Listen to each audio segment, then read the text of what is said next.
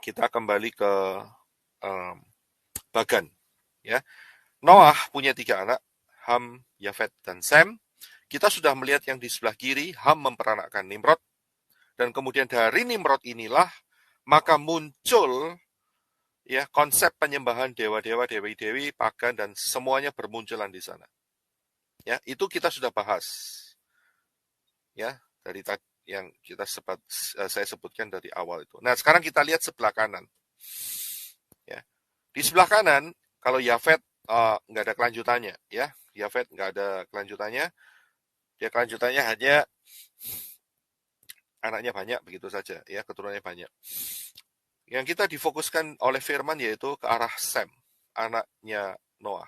Sem uh, punya banyak anak, terus turun akhirnya melahirkan Abram dan diganti namanya oleh Abraham. Dari Abraham muncullah Israel, Israel muncul Musa, Moshe, dan Bapak Yahweh menurunkan Torah. Kita harus paham dalam hal ini. Ya, nah kita lihat bahwa cara Bapak Yahweh itu begini, saudara.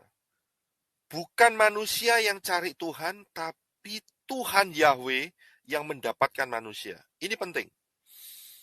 Ya, jadi agama apapun di dunia ini tidak akan pernah mencapai Tuhan yang benar. Tidak akan pernah. Ya, manusia berusaha dengan kepercayaannya, dengan meditasinya, dengan puasanya, dengan menyiksa dirinya untuk mencapai Tuhan yang benar. Saya bilang tidak mungkin berhasil.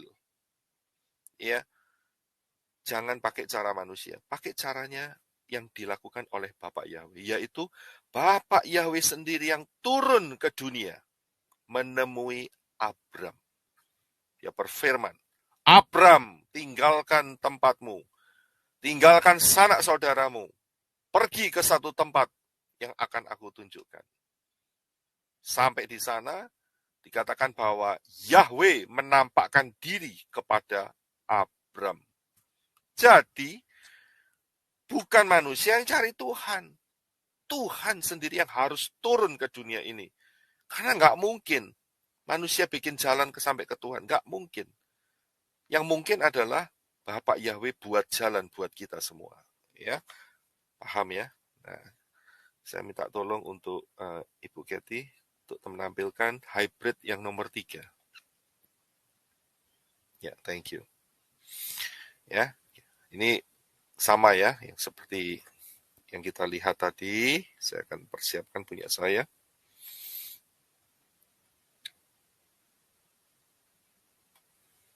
Ya. Ya, jadi dari Sem turun Abraham, turun ke Israel, turun ke Moshe, ya, dan Torah diberikan. Nah, saat Torah diberikan, ya, itu masih murni pertamanya. Akan tetapi di dalam perjalanannya, ini ingat ya, perjalanan ini tidak 1-2 tahun, ratusan tahun, saudara. Ya, itu apakah setan tinggal diam? Tidak. Ternyata setan pakai ya petinggi-petinggi dari Israel, petinggi-petinggi agama Israel saat itu, ya, rabai-rabai, ya, itu mereka membuat satu rangkuman atau satu praktek buku-buku, ya, dan mereka tulis, dan itulah yang disebut sebagai Talmud. Nah, jadi sudah bisa lihat, Musa dapat Torah, tetapi dalam perjalanannya muncullah Talmud. Sudah bisa lihat di sini. Nah, Talmud ini zamannya Yohanes Pembaptis itu mempunyai kekuatan yang lebih besar dari Torah. Lebih besar dari Torah. Jadi karena itu saya gambarkan di sini Talmudnya hurufnya gede, zamannya Yohanes itu Torahnya kecil. Terbukti dari mana? Saat Yeshua HaMashiach berkata, aku datang bukan untuk meniadakan Torah, tetapi untuk menggenapinya. Dan juga saat itu Yeshua sering mengatakan demikian. Ya, Tuhan atas hari Sabat adalah anak manusia. Mengapa? Mereka itu ya dengan menggunakan Talmud, mereka itu menambahin semuanya dengan adat istiadat. Yeshua berulang-ulang kali mengatakan, kamu lebih menghargai adat istiadatmu, ya, daripada Torah. Ini nggak benar, karena itu Yeshua memperbaiki. Nah, saat diperbaiki, ini dia, sifat manusia itu jahatnya di sini, saudara. Saat diperbaiki, nggak mau diperbaiki. Tapi tambah yang mau memperbaiki ini dibunuh. Wah, itu cerita lama, saudara. Ya, ini kayak Kain dan Habil. Sudah tahu salah si Kain, nggak menyadari dirinya salah, akan tetapi dia lempar ke orang lain dan dia bunuh. Persis kayak Yeshua dengan ahli-ahli Torah dan Farisi Saduki saat itu. Yeshua membenarkan, ya, posisi Torah yang benar. Saya kasih contoh soal hari Sabat. Sampai Yeshua itu berkata demikian. Kalau sampai dombamu atau keledaimu atau sapimu masuk ke dalam lubang saat hari Sabat, keluarin nggak kamu? Ya. Kenapa Yeshua ngomong seperti itu? Karena orang-orang saat itu tuh komplain. Yeshua menyembuhkan orang sakit saat itu. Dan apa yang terjadi? Yeshua katakan itu, mereka nggak bisa jawab. Yeshua berkata, angkat tilammu, jalan kamu sekarang. Jalan orang lumpuhnya. Saat dia angkat tilam, ahli Farisi dan Saduki berkata, ini hari Sabat, nggak boleh angkat, nggak boleh kerja. Orang yang baru disembuhkan berkata, orang yang menyembuhkan saya katakan, angkat tilammu, angkat tikermu, angkat apa itu namanya, tempat saat kamu berbaring. Ya. Yeshua berkata, anak manusia adalah Tuhan atas hari Sabat. Itu problem terutama. Dan kalau sudah perhatikan, selalu dikatakan setelah itu, maka orang-orang Farisi Saduki berencana untuk membunuh Yeshua. Nah, ya toh? Selalu mereka itu. Karena apa? Yeshua memulihkan Torah, menaruh Torah di dalam posisi yang benar. Orang-orang yang percaya Talmud yang disusupi oleh Satan, ya, membenci Yeshua, bahkan mau membunuh Yeshua. Hati-hati ya. Spirit Talmud ini nggak bisa disepelekan. Termasuk ada yang dikatakan bahwa tidak boleh mengucapkan atau menyebut nama Yahweh. Hanya 1 tahun 1 kali dan itu hanya untuk imam besar. Itu spirit Talmud. Nama itu terlalu kudus. Saya bilang nama itu kudus. Nama Yahweh itu kudus, nama Yeshua itu kudus. Tetapi tidak boleh dikatakan, tidak boleh disebut dengan sembarangan. Itu saja yang dikatakan Torah. Tetapi sama Talmud diganti. Orang-orang yang sampai hari ini, yang masih mempunyai konsep bahwa dia tidak mau menyebut nama itu karena nama itu terlalu kudus sehingga tidak boleh disebut. Konsep itu mengikuti Talmud. Dan disitulah roh-roh jahat menabur benih. Sehingga orang-orang tidak mau menyebut nama Yahweh dengan benar. Jadi harus dimengerti. Ya. Now, saat Yeshua, Torah digenapi dan dipulihkan. Nah, setelah zaman Yeshua ini, kita lihat di slide berikutnya, yaitu terjadi 2 stream yang berbeda. Yaitu ini, saudara, saya tunjukkan. Kita lihat bagian sebelah kiri terlebih dahulu, yaitu Yeshua HaMashiach, di mana Torah dipulihkan dan digenapi, ya. Dan setelah itu Yeshua gara-gara memulihkan Torah ini, ya, Yeshua mati, ya, di kayu salib, ya, karena Yeshua berkata, akulah dia, akulah Yahweh. Nah, akhirnya sama orang-orang Yahudi, petinggi-petinggi Yahudi yang benci Yeshua, Yeshua dibunuh. Tapi ingat, Yeshua bangkit pada hari yang ketiga dan muncullah satu gerakan, yaitu namanya Messianic Judaism. Saudara jangan alergi dengan kata Judaism ya. Karena Judaism itu adalah sebetulnya akar Yahudi atau akar Ibrani. Ya. Tapi orang-orang sekarang ini mereka punya kata yang negatif, konotasi yang pemikiran negatif tentang Judaism. Itu salah itu. Ya. Nah, sedangkan di sisi yang satu, yang di sisi imam-imam kepala dan orang Farisi dan Saduki, yang percaya kepada Talmud dan Torah-Torahnya kecil, saudara ya. Ingat ya, mereka tetap percaya Torah, tapi Torahnya kecil, Talmudnya digedein, saudara. Dan ini, dari grup ini, maka keluarlah yang namanya Rabbinic Judaism. Ya. Rabbinic Judaism ini tidak harus dari orang Israel. Orang-orang Gentile, Goyim, itu kalau mau jadi Rabbinic Judaism ya bisa. Gitu. Dan itu berlaku sampai hari ini. Sampai hari ini. Ya, majority, ya kalau sudah lihat orang-orang Israel, majority, jadi sebagian besar, mereka menganut Rabbinic Judaism. Ya, paham? Oke, ya. Now, kita akan lanjutkan. Ya, kita akan lanjutkan. Kita akan fokus di Messianic Judaism. Ya, kita akan fokus di Messianic Judaism.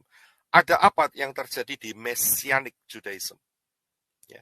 Di Messianic Judaism ini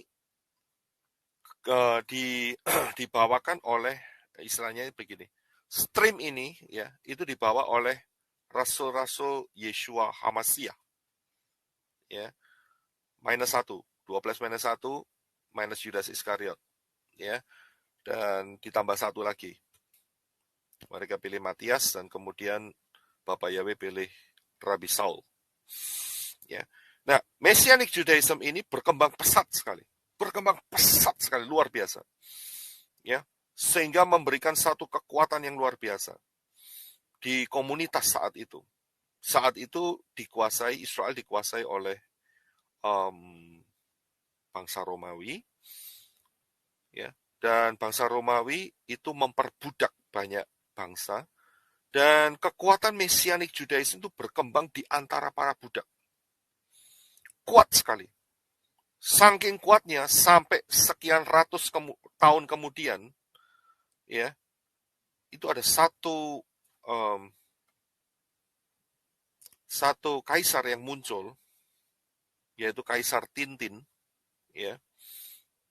Itu dia mengambil keputusan, ya, karena dia menang perang gara-gara pernyataan orang-orang Messianic Judaism, ya, Goyim, ya. Karena gini saudara ya, Messianic Judaism yang Yahudi itu karena ada sentimen yang luar biasa dari orang-orang siapa itu namanya Romawi, ya, orang-orang Yahudi itu saat itu di bumi hanguskan, saudara. Karena terjadi banyak kali pemberontakan. Dan salah satu pemberontakan yang terakhir adalah pemberontakan Bar Kokhba. Saat pemberontakan Bar Kokhba itulah banyak buku-buku, terutama buku-buku Brit Gadasa di dalam bahasa Ibrani yang asli, itu banyak dihancurin. Ya. Tapi untungnya memang ada faktor di mana buku-buku itu sudah diterjemahkan di dalam bahasa Yunani. Itulah yang dinamakan Septuagint. Ya. Karena itu sekarang kalau orang ditanya Perjanjian Baru ditulis dalam bahasa apa? Ya, umumnya mereka jawabnya bahasa Yunani. Itu salah, saudara. Seharusnya adalah, yang benar adalah bahasa Ibrani. Di mana? Buktikan, tunjukkan. Ya, ada enggak yang bisa menunjukkan bahwa Perjanjian Baru ditulis dalam kitab Ibrani? Ya, kita harus ngomong bahwa itu semua sudah dibakar di peristiwa pemberontakan Bar Kokhba. Ya, nah, saudara bisa ambil pelajaran ini di Papi Lukas juga ada, di Yakub juga membahas dalam hal ini juga. Saya nggak akan bahas di situ. Ya, saya hanya bahas perkembangannya saja. Nah, jadi orang Yahudi saat itu betul-betul ditekan karena bolak-balik berontak. Sehingga yang kuat, Messianic ini adalah Messianic Gentile, Messianic Goyim, saudara. Ya, sehingga di satu titik Ya, beberapa ratus tahun kemudian timbullah satu kaisar yang namanya Kaisar Tintin. Sudah ngerti ya sendiri lah, ya. Baca dewek di tengah-tengah itu namanya. Tapi saya ngomongnya itu Kaisar Tintin. Nah, Kaisar Tintin ini Kaisar Romawi, saudara. Ya. Nah, Kaisar Romawi ini backgroundnya, rakyatnya, ya, backgroundnya, perayaannya, penyembahannya, itu ujungnya ada di Nimrod. Nimrod, Semiramis, sama Tamus. Di situ, saudara, backgroundnya, yaitu backgroundnya adalah paganism, Hellenism, uh, politeistik, banyak dewa, wes, ya, problem besar. Saat itu si Kaisar Tintin ini, dia juga tidak kepingin kehilangan rakyatnya, dan dia sempat memberikan ultimatum atau mengeluarkan satu decree bahwa setiap orang yang lahir di Rome itu mereka otomatis jadi orang Kristen. Otomatis. Nah, ini menyalahi konsep mesianik. Kenapa? Ya, karena orang yang lahir kalau dia menolak Yesua, ya dia tidak bisa disebut orang percaya. Begitu. Jadi dikawinkan. Tapi di satu sisi dia menang perang gara-gara pertolongan mesianik. Bagaimana caranya? Akhirnya saat itu bapak-bapak gereja rundingan, rembuk. Gini aja kalau gitu. Kita kawinkan saja. Tapi supaya rakyat juga tidak apa itu namanya kehilangan momen untuk perdagangan, ya, perayaan-perayaan yang menghasilkan uang, maka kita ambil kesepakatan bersama, begitu. Nah, akhirnya keluarlah sebuah pernikahan. Teng teng neneng, teng teng neneng. Nah, dikawinkan, saudara. Mesianik itu tadi ya, grup mesianik dikawinkan sama konsepnya si Tintin. Terjadilah yang namanya agama yang dihybrid. Nah, ngerti ya sendiri, saudara. Ya, keluar agama apa di sini? Nah, dari agama hybrid ini, maka ya, karena konsepnya sudah diubah semua, bukan diubah ya, sebetulnya bukan diubah ya, kalau saya bilang ya, dikawinkan. Ya, dikawinkan. Maka Yeshua HaMasyiah, ya, mereka nggak bisa nyebut Yeshua karena ada beberapa huruf yang hilang. Jadi mereka ganti. Di dalam perkembangannya menjadi yaitu Yunani. Saudara. Ya, Yunani. Ya, saudara bisa lihat gambarnya itu ada bedanya. Jadi beda yang kita sembah ini. Ya, yang kita sembah itu beda. Yeshua dengan Yunani itu sebetulnya beda, saudara. Dan dari sinilah muncul ya konsep yang lama itu muncul, tapi dengan gambar yang dipercantik. Ya, gambar yang dipercantik. Muncul semua, saudara. Ya.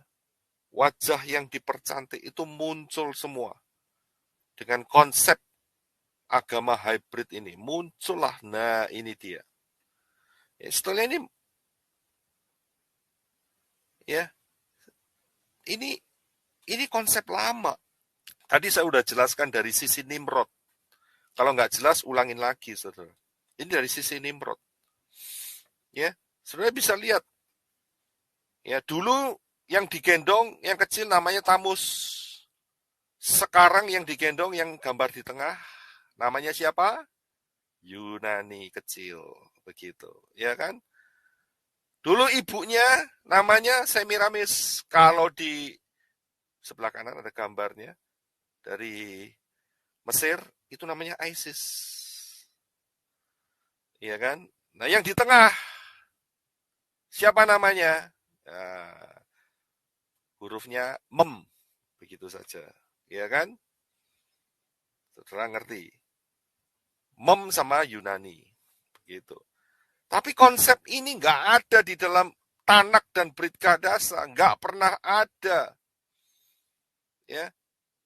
Dan puji Bapak Yahweh, kalau saudara lihat movie The Passion of the Christ, secara alam roh saudara lihat siapakah konsep ibu dan anak ini. Nah, saudara jangan komplain sama saya, karena nama saya Joseph Roy, bukan Mel Gibson. Ya, jadi kalau mau komplain sama Mel Gibson. Ini dia.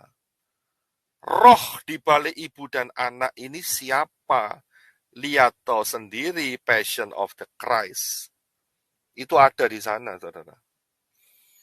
Ya, ini siapa yang digendong ini? Nah itu ya, jadi saudara bisa paham. Ya, jangan tersinggung. Tersinggung itu berarti saudara perlu membongkar fondasi yang lama.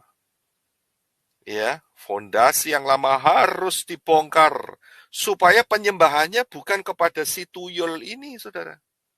Tuyul yang digendong ini. Ngerti ya, saudara. Ya, tapi kalau pakai sistem tuyul ya mana ada yang orang mau datang, ya kan? Ya orang lebih suka yang dipercantik loh ya. Nah, ini dia yang dipercantik, ya kan? Pakai baju putih, imut-imut, ya kan? Ya, orang lebih suka yang di sini. Ada aura holiness, begitu. Nah, nek auranya ini kan bukan aura holiness, gitu ya. Ya.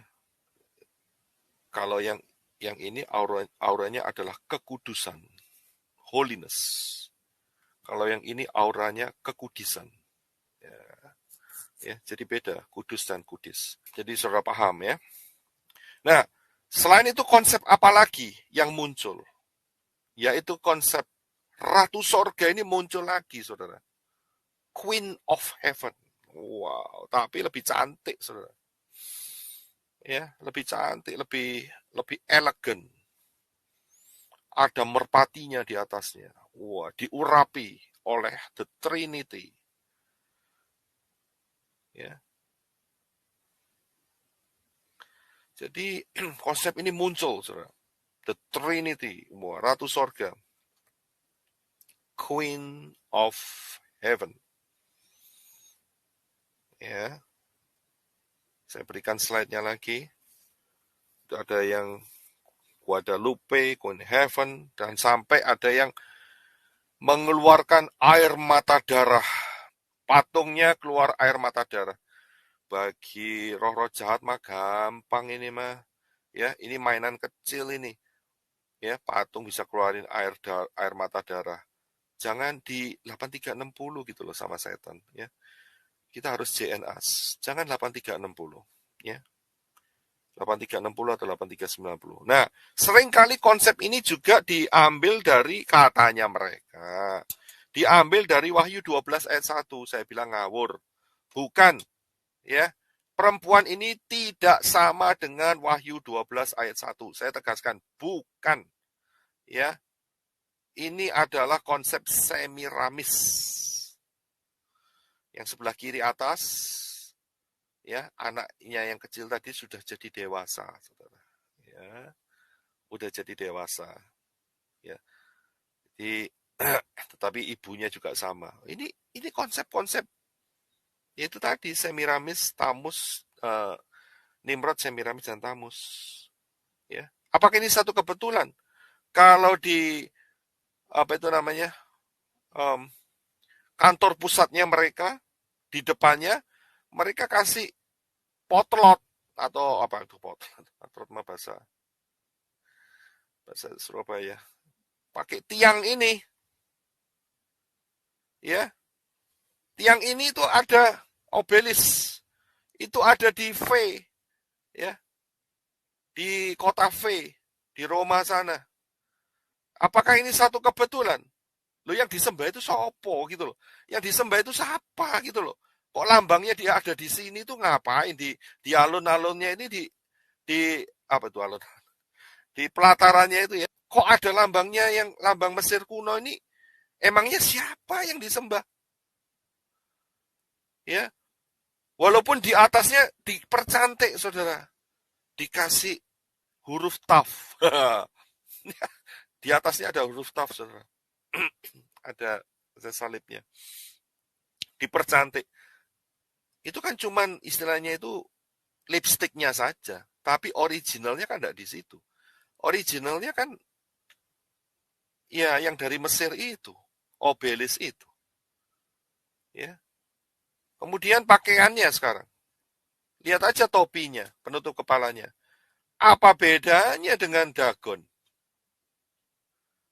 Ya, kalau mereka mengadakan ritual-ritual, lihat aja. Saya nggak berani tampilkan yang gambar yang ini ya, yang modern ya.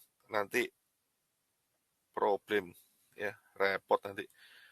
Coba kita jadi manusia itu jangan 8360 gitu loh, atau 8390. Ya, jangan gampang-gampang dikasih spirit 8360 atau 8390. Ya, kita harus JNAS lah, ya. Kita harus JNAS. Yang ngeri ya. Nah, prakteknya gimana? Yeshua juga dibaptis di Sungai Yordan. Mereka nggak mau kalah, saudara. Ya, nggak mau kalah. Ya, lebih baik, lebih aman sejak kecil. Ayo kita baptis. Nah, ini dia. Ngerti oh dewek, saudara. Ya, kepalanya dijungkel gitu, disiram air. Ya, yang kecil udah supaya aman, nggak repot-repot. Sejak kecil sudah diserahkan sama grupnya mereka. Selain itu dalam perkembangannya juga ada yang namanya, ini dia nih. Jadi dosa itu tidak dihapus dengan darah Yeshua. Ya, dosa nggak dihapus. Dosanya itu dihapus dengan sepucuk surat yang harus dibayar. Nah, ini dia. Ya. Surat apa yang dikeluarkan? Ya, saudara baca sendiri. Begitu yang di depan, ya kan? SPD, itu dia. Supaya bisa dihapuskan dosa-dosanya. Ya, tolong Ibu Kathy bisa lanjutkan ke hybrid yang keempat. Thank you. Surat penghapus dosa. Itu mereka keluarkan, saudara. Ini fakta loh. Saya nggak mengada-ngada. Ya, saya nggak mengada-ngada. Ini saya cuma bicara fakta sejarah. Jadi jangan tersinggung. Yang tersinggung itu berarti waktunya untuk saudara bertobat. Itu yang tersinggung. Bertobat, oh kalau saudara tersinggung. Supaya saudara masuk samayim yang benar. Masuk sorga yang benar. Ya, jangan masuk sorganya mereka. Nggak pasti sorga mereka itu. Ya, nggak pastinya itu yang jelas pastinya masuk lautan api ya iya gitu loh. Maksud saya begitu. Ya. Ya, jadi dari sini kita bisa lihat kalau dulunya Yeshua HaMashiach setelah kena agama hybrid sabatnya diganti Minggu. Loh Pak, nggak boleh ibadah tiap hari ta? Boleh. Siapa bilang nggak boleh? Tapi sabat itu satu yang harus diperhatikan baik-baik karena sabat adalah hati Bapak Yahweh sejak masa penciptaan dan arti sabat itu luas dan dalam sekali sampai ada pola 7.000 tahun dan tahun yang ke 7.000 1.000 tahun itu adalah sabat 1.000 tahunan saudara. Yeshua HaMashiach memerintah sebagai raja di sabat itu selama 1.000 tahun. Nggak lama lagi, saudara. Nggak lama lagi. 2030, nggak lama lagi. Ya, saudara lihat aja pelajaran misteri 2030. Ini berhubungan semua, saudara. Ya, jadi Yeshua HaMashiach diganti Yunani, sabatnya diganti Minggu. Alasannya pinter, saudara. Karena Yunani bangkit pada hari yang ke-8, hari Minggu. Saya bilang tidak. Yeshua HaMasiah bangkit hari Sabat. Karena itu akan menggenapi kerajaan 1000 tahun. Yeshua akan memerintah sebagai raja. Bukan hari yang ke-8. Bukan. Itu pasti. Dari pola 2030, pola pattern angka 7. Ya, pola penciptaan. Ya, jelas Yeshua HaMasiah. Matinya hari ke-4, bangkitnya hari ke-7. 72 jam. Nah, mereka ganti supaya kelihatan ilahi hari Minggu. Begitu ya. Yaitu namanya kan 8360, 8390. Ya, setan menabur benih 8390, 8360, ya. Jadi hati-hati. Apalagi setelah dikawinkan. Perhatikan yang ini. Yeshua itu moreh, guru Torah. Menggenapi dan menjunjung Torah. Yunani, oh enggak. Kita buang Torah. Kita tidak lagi di bawah hukum. Ayatnya diacak-acak. Torahnya dibuang. Saudara bisa lihat kekacauan di agama hybrid ini? Saudara, sekarang ini ya, kenapa kok saya bawakan ini? Ini untuk membuktikan bahwa kita ini menyembah yang tidak sama dengan mereka. Saya harus katakan, dulu kita dari sana. Tapi kita, kuncinya di sini. Kita mau digiring ke arah yang benar. Fondasi yang salah dihancurkan. Bangun fondasi yang baru, yang benar, yang sesuai dengan hati Bapak Yahweh. Itu yang benar. Nggak dipertahankan. Saya bisa lihat. Jadi konsep saat kita sudah digiring ke tempat yang baru, yang benar oleh Bapak Yahweh, yang lama itu harus dilepas. Kita harus ngomong sekarang. Yang kita sembah itu tidak lagi Yunani, tapi Yeshua Ibrani. Begitu. Ya. Jangan ngotot. Saya dapat mujizat gara-gara nama Yunani. Loh, itu kasih karunia, anugerah kamu dikasih supaya kamu bisa digiring untuk supaya kamu kenal yang benar. Bukan tambah kamu ngotot, tambah jatuh cinta dengan yang Yunani. Itu konsep salah, itu konsep tidak mau dikasih tahu, itu konsep sombong, itu spirit sombong tidak mau dikasih tahu. Tidak mau diarahkan, keras kepala, tegar tengkuk, pemberontak, itu semua ada di sana, lengkap. Masih mengagungkan yang Yunani. Saya dari sana, saya dapat mujizat di sana, saya dapat kesembuhan, saya dilepaskan dari setan di sana. Itu cara Bapak Yahweh supaya bicara dalam hidupmu untuk mengarahkan ke yang benar. Jadi jangan dipertahankan. Apalagi selain daripada Yeshua adalah guru Torah, tapi yang satu Torahnya dibuang, diacak-acak. Kemudian beda ya, kita lihat ya, sangat beda, sangat beda.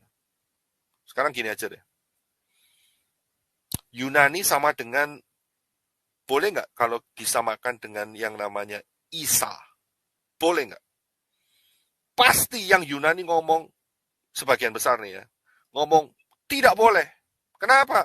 Karena yang namanya Isa itu lahirnya di bawah pohon korma. Si grupnya Yunani nggak terima.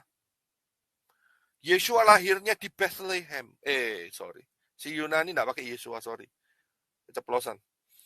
Yunani bilang, si Yunani lahir di kandang, di Bethlehem. Ya, tapi yang satunya berkata, yang dari Alibaba, itu berkata, si Isa ini ya lahirnya di bawah pohon korma. Yunani ngotot, enggak bisa. Kita tidak sama dengan itu. Loh, kalian yang Yunani berani ngomong nggak sama. Saya dan grup ini dan tim ini, saya juga mendeklarasikan Yeshua tidak sama dengan Yunani. Tidak sama. Ya, ini bukti-bukti yang sangat kuat. Yunani itu akarnya Nimrod, Semiramis dan Tamus. Yeshua akarnya Abraham, Ishak dan Yakov. Dan disitulah Yahweh yang menyatakan dirinya sendiri kepada mereka. Beda. Kemudian apa lagi? Nah, ini kelihatan beda.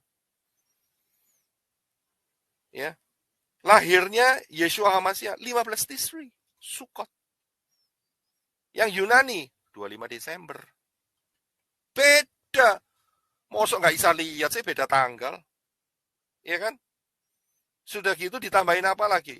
Ditambahin Yeremia tadi, pohon yang dihiasi. Beda. Ya, spiritnya beda. Sangat, sangat, sangat beda. Apalagi yang beda? Lahirnya beda. Tadi yang Yunani berkata, Yunani lahir di kandang domba. Ya, yang grup Alibaba ngomong lahir di bawah pohon korma. Ya kan? Beda kan? Itu saja saudara bisa menilai. Nah, kenapa kok nggak bisa menerima yang benar?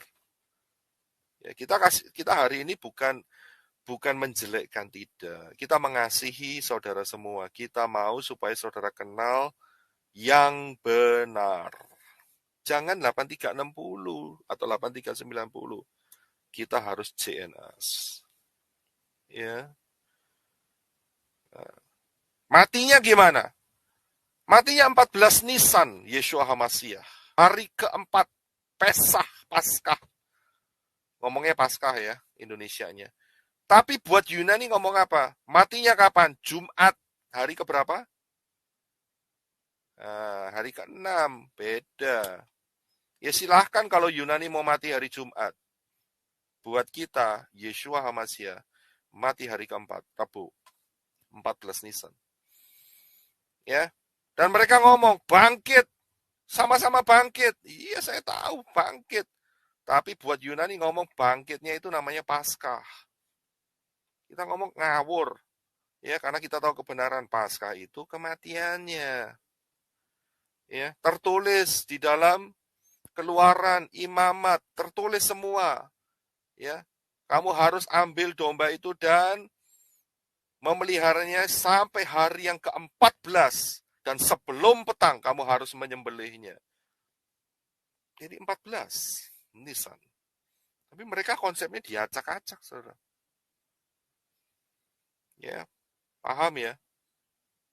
Jadi kita harus tahu siapa yang kita sembah, begitu. Ya.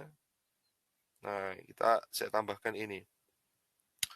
Jadi kalau saudara lihat gambar ini, si Yunani ini sama emaknya, ya di kepalanya itu ada bulatan, selalu ada bulatan, dan di hatinya juga itu ada terang, itu namanya hello, ya cahaya matahari. Siapakah cahaya matahari itu?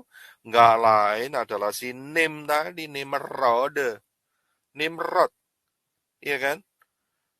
Nah, ibunya ini siapa yang perempuan? Ya Semiramis. Lah kalau gitu yang laki sebelah kiri ini siapa? Ngerti sendiri, saudara. Iya kan? Ini adalah anaknya si Semiramis. Namanya siapa? Saudara bisa baca. T. Huruf Taf. Ya, paham ya di sini ya. Jadi jangan dibodohi begitu loh. Tapi lihat, kalau yang saya tunjukkan ini berupa patung-patung dalam bentuk batu, ya nggak menarik, saudara ya. Sekarang kan teknologi CGI, teknologi editan dipercantik, dipermanis, warnanya dibuat cerah, jadi sepertinya kelihatan ilahi begitu ya. Ya, sepertinya kudus, kudus. Ya, ternyata Roh Kudus di sini ya, Roh menular, Roh Kudus.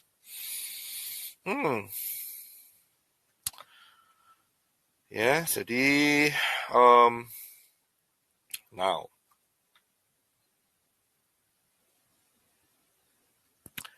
Yeshua HaMashiach adalah Yahweh di dalam rupa manusia. Agama hybrid nggak mau, saudara. Nggak mau terima. Ya, terimanya gimana? Kita ada satu istilah yaitu Trinitas. Ya, Tuhan itu satu, Elohim itu satu, tapi mempunyai tiga kepala, bukan tiga perwujudan, tiga pribadi yang berbeda. Ya, itulah konsepmu, ya kan? Tapi bukan konsep firman. Konsep firman adalah Yahweh turun ke dunia ini di dalam rupa manusia, yaitu Yeshua HaMashiach. Kalau konsep mereka adalah tiga person yang sama, equal, gitu ya, sama, ya, saling mengasihi, ya, tidak ada yang saling iri. Dulu saya konsepnya kayak gitu, saudara. Tapi Bapak Yahweh mengarahkan ngawur konsepmu, Pak Yosef Roy, ngawur saat itu, ayo bertobat. Jadi saya diarahkan ke yang benar. Nah, mau diarahkan itu bagus. Ya, konsep mereka adalah salah satu dari Trinitas. Nah, kita lihat ya di dalam Messianic Judaism, maka dalam perkembangannya Goyim lebih kuat sehingga terjadilah agama hybrid. Nah, di dalam proses agama hybrid ini muncul seseorang, ya, muncul seseorang. Nah, di Indonesia ada yang namanya Roy Martin, ya. Di Amerika ada yang namanya Martin Luther King. Nah, karena itu orang yang muncul saat itu, ya, itu namanya Roy King. Nah, begitu, ya. Anehnya ya, Roy itu dari bahasa Prancis. Artinya king, saudara. Ya, jadi Roy itu bahasa Prancis yang artinya king, ya. Nah, orang yang ini yang ada di garis sebelah kanan, ya, itu namanya Roy King tadi, ya.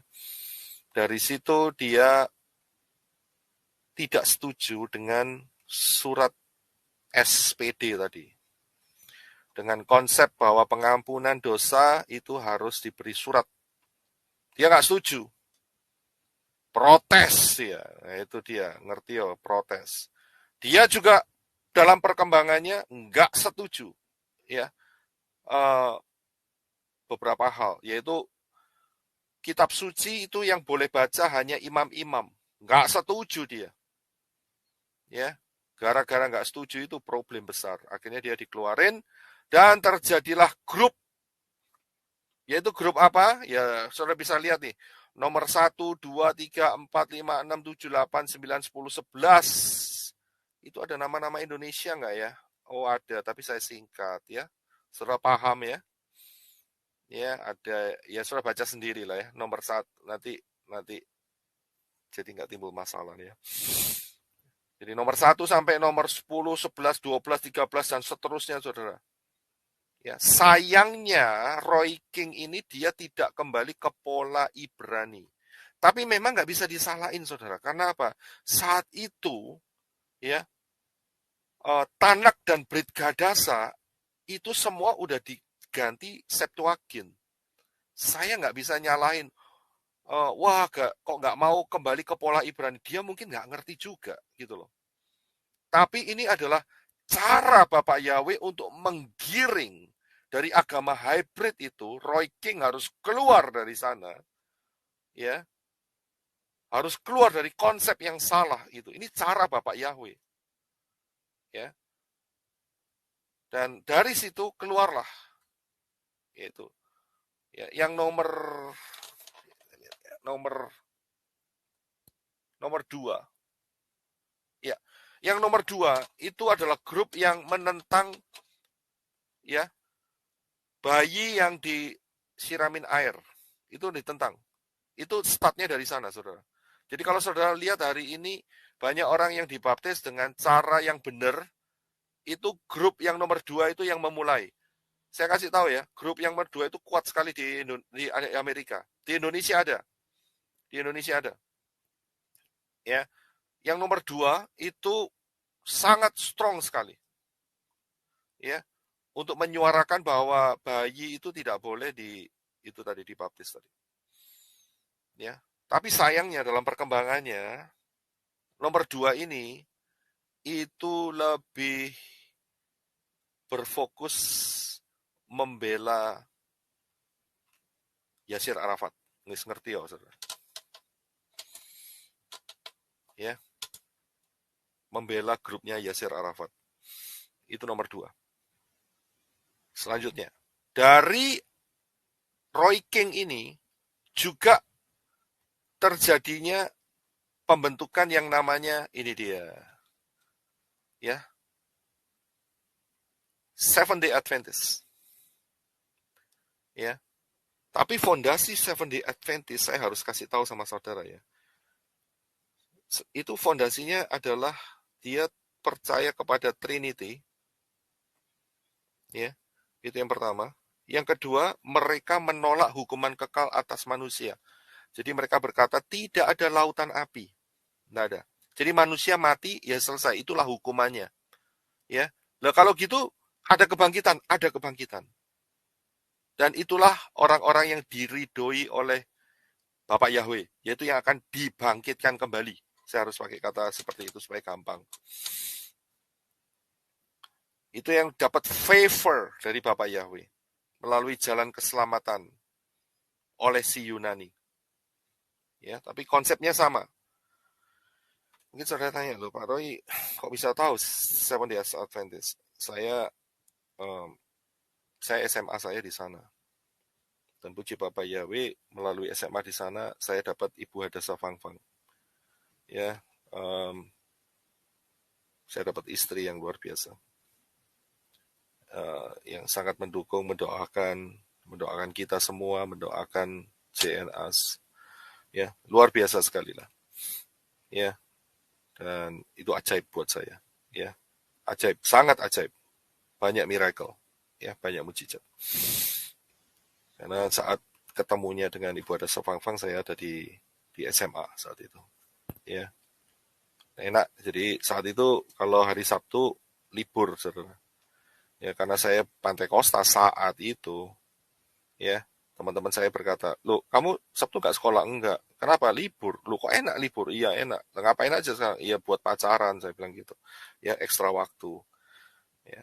Dan puji Bapak Yahweh, saya diarahkan terus bisa menikah dengan Ibu Hadasa Fangfang dan terus sampai hari ini. Ini satu anugerah yang sangat luar biasa buat hidup saya. Ya, itu Seventh Day Adventist. Nah, dari Seventh Day Adventist ini juga keluarlah konsep Watchtower Society. Siapakah dia? Ya, saudara ngerti itu di situ ya. Jehovah Witness. Nah, mereka adalah fondasi imannya adalah pencipta alam semesta ini adalah Yehova atau Yehuwa. Siapakah si Yunani? Yunani itu adalah Mikael, ya, the Archangel. Dan mereka punya konsep yang sama dengan Seventh Day Adventist, yaitu menolak lautan api. Menolak manusia ini dihukum untuk selama-lamanya. Ditolak. Dan kemudian mereka juga mengatakan bahwa Roh Kudus, Ruach HaKodes itu adalah power.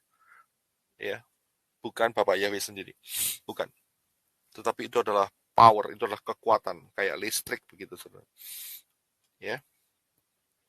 Itu yang saya tambahkan di situ. Nah, jadi saya akan akhiri di sini. Sebelum 1948 terjadi sebuah movement yang luar biasa. Diawali dengan banyaknya ditemukan kitab-kitab yang hilang dan kitab-kitab yang mendukung Tanak. Ya, itu ditemukan banyak sekali. Tapi pada saat itu juga ada yang namanya replacement theology. Replacement theology itu begini. Mereka mengajarkan bahwa orang-orang percaya itu adalah Kristen, itu adalah pengganti daripada Israel. Ya, penggantinya Israel.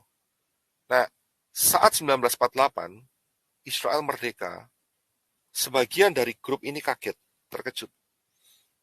Ternyata replacement theology itu salah. Karena Bapak Yahweh itu bekerja juga melalui Israel secara fisik. Jadi setelah 1948 terjadi dua grup yang berbeda. Yaitu grup yang masih bersikokoh untuk memegang replacement theology.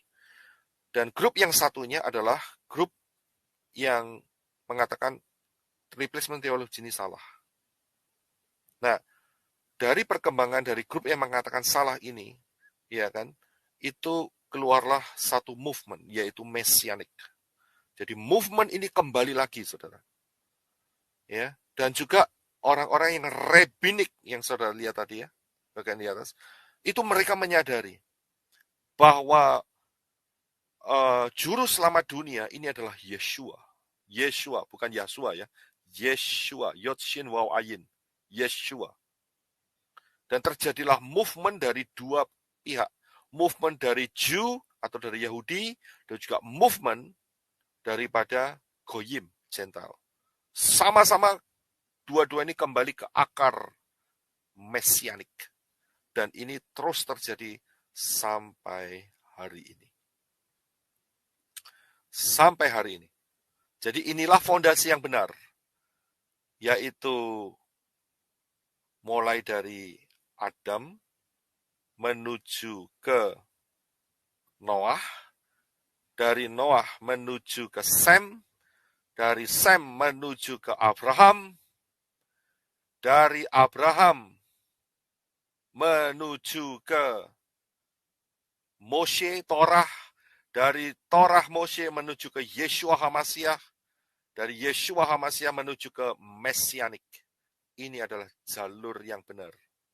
Tapi ingat ya, dari Mesianik jangan bengkong menuju ke agama hybrid. Jangan ya, jangan. Jadi inilah fondasi yang benar. Jangan kita diciprati oleh roh-roh jahat. Karena roh-roh jahat mau nanam spirit 8360 atau 8390. Tapi pakailah spirit yang Bapak Yahweh berikan pimpinan dalam hidup kita sehingga kita menjadi JNAS. Sebagai janji saya yang terakhir, saudara pasti bingung, ini ngomong apa sih? 8360 dari tadi ini. Saya memang sengaja untuk tidak mengirimkan sebelumnya.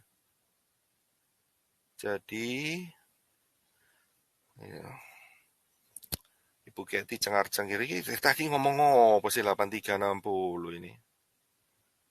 Gak jelas. Gematria itu ya. Apa sih, Pak? 8360, 8390 ini apa sih? Apa itu? Spirit apa sih? Coba dibuka deh. 8360. Apa sih ini? Bego. Ya udah, itu dia. Kita 8360 sama dengan 8390. Kita jangan dikasih spirit Satan yaitu dengan benih-benih 8360 dan 8390. Jangan. Kirain gematria. Aku udah mau panggil si Bapak Robi aja, ini sekretaris saya mana nih, nggak datang. Ya, nah gimana kalau dengan JNAS? Ini saya tidak mengunggulkan, cuman ya ini yang saya dapat ya. JNAS itu kan bacanya apa itu? Apaan nih? Ya, bacanya JNAS kan singkatannya di atas. Nah, kalau itu dipisahin satu-satu, ya saudara bisa baca dengan satu pronunciation. Apa itu namanya? Apa? Saya mau tahu dari Bapak aja. J itu tetap J. Kalau tambahannya yang setelah J itu kan bacanya N, I, N. Kalau U itu kan, U itu kan bahasa Inggrisnya U, Y, Y, U, ya kan? S-nya ya tetap S, ya kan? Jadi bacanya Genius. Genius. Spirit Bapak Yahweh kasih kita supaya jenius. Yeay. DNA, jadi kalau orang tanya-tanya, kalau orang tanya-tanya, jangan spiritnya 8390. Ya, jangan 8390 begitu. Selama JNAS itu tetap di dalam jalurnya Bapak Yahweh, maka JNAS akan tetap jenius. Mantap. Bukan jadi 8360 atau 8390, juga termasuk Hore, saudara hore. yang sudah kenal Bapak Yahweh di dalam Yesus HaMasiah, jangan kembali dengan taburannya Satan, yaitu 8390 atau 8360. Ya, oke. Terima kasih. Bersama saya 2 jam. Pinter, smart banget deh, luar Haleluya, biasa. haleluya, haleluya.